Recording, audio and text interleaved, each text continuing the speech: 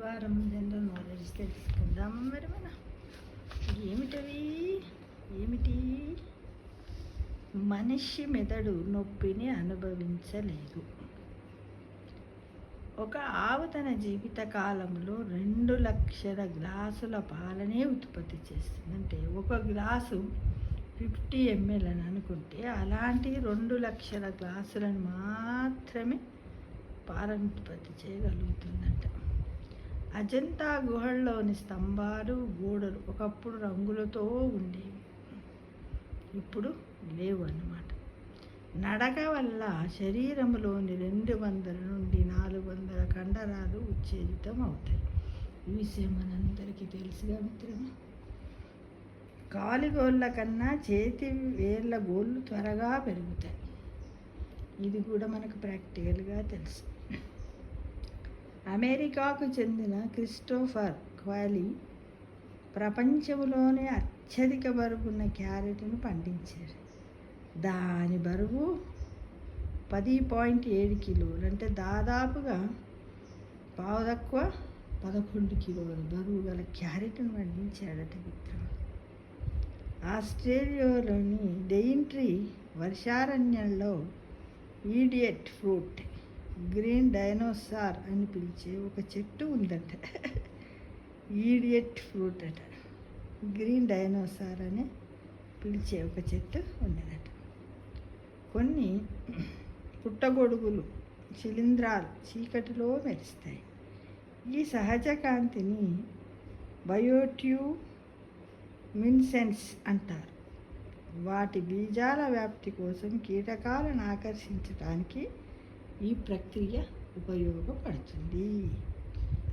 జపాన్లో చతురస్రాకార పుచ్చకాయల్ని పండిస్తారు. వాటిని కానుకగా కూడా అందిస్తారు. బర్త్డేలప్పుడు దాని మీద డెకరేషన్ చేసి దాని బర్త్డే గిఫ్ట్గా కూడా దగ్గర వాళ్ళకు గృహప్రవేశాలప్పుడు ఇస్తారనమాట. నాలుక మీద రుచి మొగ్గలు కొత్తవి వచ్చేదాకా, అంటే 10 నుంచి 14 రోజుల దాకా జీవించి ఉంటాయి. అంటే మన నాలుక పైన రుచి మొగ్గలు, అంటే టెస్ట్ బర్డ్స్ అని ఉంటాయి కదా, అవి వాటి యొక్క జీవితకాలం ఎంత? 10 నుంచి 14 రోజులు. అవి పోయిన తర్వాత మళ్ళీ కొత్తవి వస్తూ ఉంటాయి. కాలిఫోర్నియాలోని సెకోయా వృక్షాలు 26 అంతస్తుల భవనం ఎత్తులో పెరుగుతాయి.